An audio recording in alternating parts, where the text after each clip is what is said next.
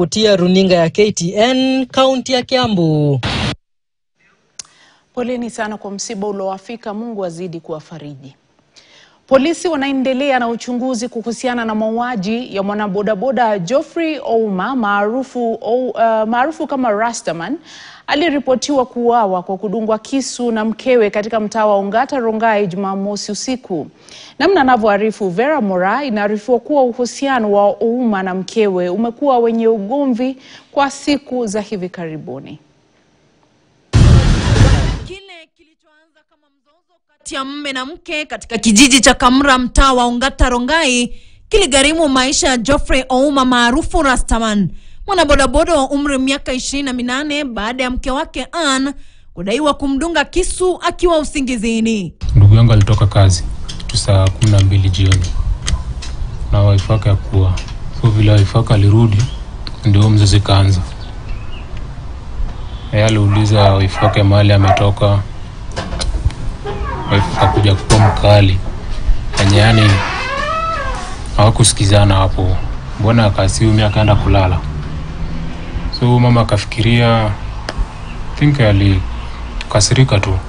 Kaenda kachukua kisu kamtime wenye alikuwa amelala kamdunga naye. Anna anadaiwa kuwa chini ya ushawishi wa vileo wakati tukio hilo lilipotokea, akitumia kisu cha jikoni na mbele ya macho ya mtoto wao na mpo wao. Anna alimdunga mume wake kifuani na kumwacha kivuja damu kutokana na jeraha hilo. Licha ya majeraha yake, Geoffrey alijaribu kutafuta msaada kutoka kwa majirani, akiacha alama za damu alipokuwa akitembea ndani ya nyumba na ngazi la jengo hilo. Licha ya juhudi zake, alifariki kutokana na majeraha yake kwenye ghorofa ya 3. Kitanda chake kilicholowa damu kikiwa ushahidi wa kutisha wa ukatili aliopitia. Baadaye alitajwa kuwa amefariki alipofikishwa katika hospitali ya Sinai. Mwili kapelekwa Saitoti, tukafanya hizo shughuli, ilichukua time hadi asubuhi ndo tukatoka pale mochari. Lakini jamaa wetu alikuwa amedungwa kisu moja ya kifua na kamalizwa hivyo. Ndio bibi yake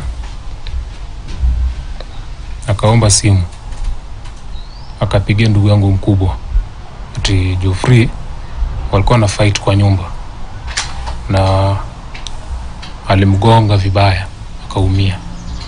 So ndugu yangu akamuuliza, umemgonga na nini? Hakuelezea. Akakata simu.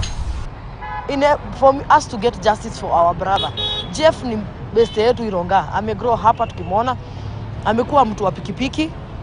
The 9-year-old ni mtoto wa sister ya bibi ya Jeff.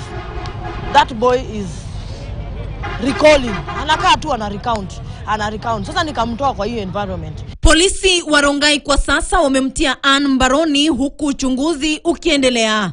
Ila kifo cha kusikitisha cha Geoffrey Ouma kimeacha jamii ikiwa katika mshtuko na familia ikihuzunika, kikichochea wito wa kutafuta haki. Wakati uchunguzi unaendelea, familia inajiandaa kumzika mpendo wao katika kaunti ya Homa Bay mnamo Aprili tarehe 12 mwaka 2025. Vera Mora, KTN. Msasa wa waliotuma maombi ya kuwa